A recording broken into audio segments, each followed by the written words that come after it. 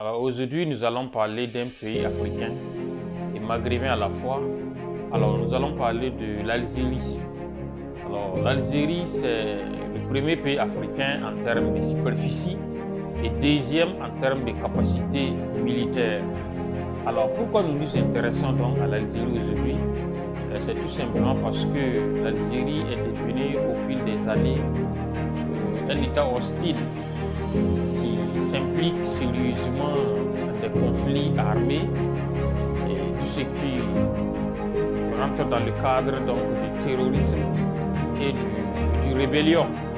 Alors, vous n'êtes pas sans savoir que l'Algérie a connu une histoire un peu compliquée pour l'obtention de son indépendance. Aujourd'hui, il faut savoir que l'Algérie est devenue un pays qui est un peu agité, qui soutient donc les forces d'opposition un peu partout en Afrique. Alors, nous allons parler maintenant de l'implication de l'Algérie. Alors, dans un premier temps, nous allons parler du Sahara occidental. Alors, nous avons tous entendu parler du Front Polisario. Alors, le Front Polisario est un mouvement indépendantiste fondé dans les années 70. Alors, le Front Polisario a donc pour objectif de se libérer donc du Maroc. Ce sont des forces indépendantistes qui militent pour l'indépendance du Sahara occidental. Alors, pourquoi ce conflit perdure depuis les années 70 jusqu'à nos jours? Parce que tout simplement, comme toute rébellion, il faut forcément un pays en arrière qui soutient donc ce mouvement dit de rébellion.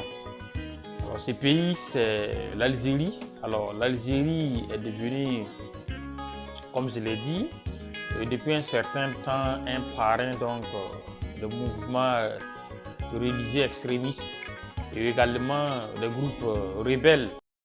Alors, le Front Polisario a pour base arrière la localité de Tindouf. Tindouf est une localité située en Algérie. Alors, c'est à partir donc de cette localité que ces mouvements indépendantistes donc se préparent alors pour attaquer les forces gouvernementales marocaines. Alors, il faut savoir que c'est à partir donc de l'Algérie que ce mouvement donc dit indépendantiste se prépare pour attaquer donc le Maroc pour vraiment satisfaire leur cause. Même si les pays, c'est-à-dire des organisations telles que l'Union africaine a reconnu donc l'indépendance du Sahara occidental vis-à-vis du Maroc, il faut savoir que l'ONU n'a pas encore donné son point de vue. L'ONU n'a pas encore reconnu l'indépendance du Sahara occidental. Dans cette deuxième partie, nous allons parler de l'Azawad.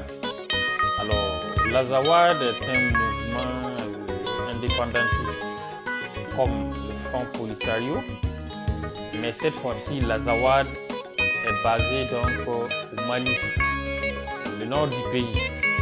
Alors, l'Azawad est donc un mouvement indépendantiste. C'était d'abord un combat très intense entre le mouvement Azawad, le MNLA, et les forces gouvernementales maliennes, les FAMA, de 2012 jusqu'en 2015, où un accord est finalement trouvé entre le gouvernement malien et les mouvements séparatistes de l'Azawad. Alors, cet accord est donc signé par la médiation de l'Algérie. De 2015 à 2024, alors un calme régné, il n'y a pas de combat ni affrontement entre les soldats maliens et les soldats donc, de l'Azawad. Donc ça c'est de 2015 à 2024. Alors en 2024, le gouvernement malien décide donc de se retirer de l'accord d'Alger.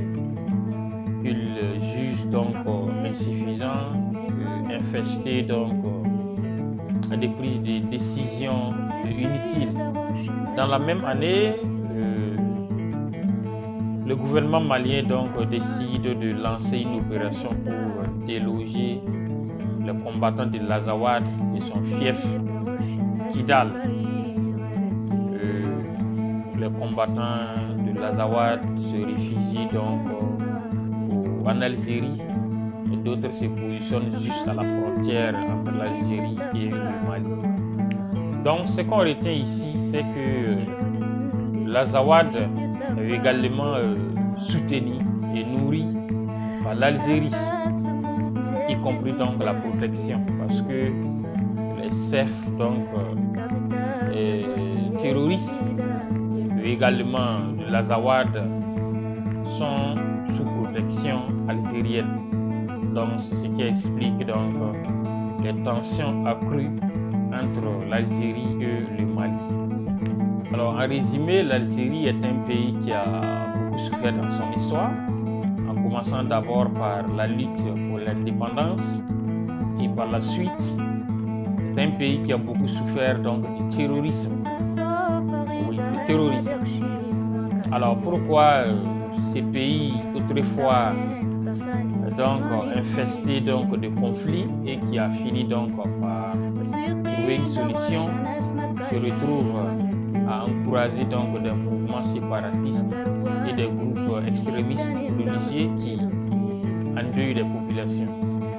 Alors qu'est-ce qu'il faut retenir de l'Algérie? L'Algérie est un pays hostile. Merci.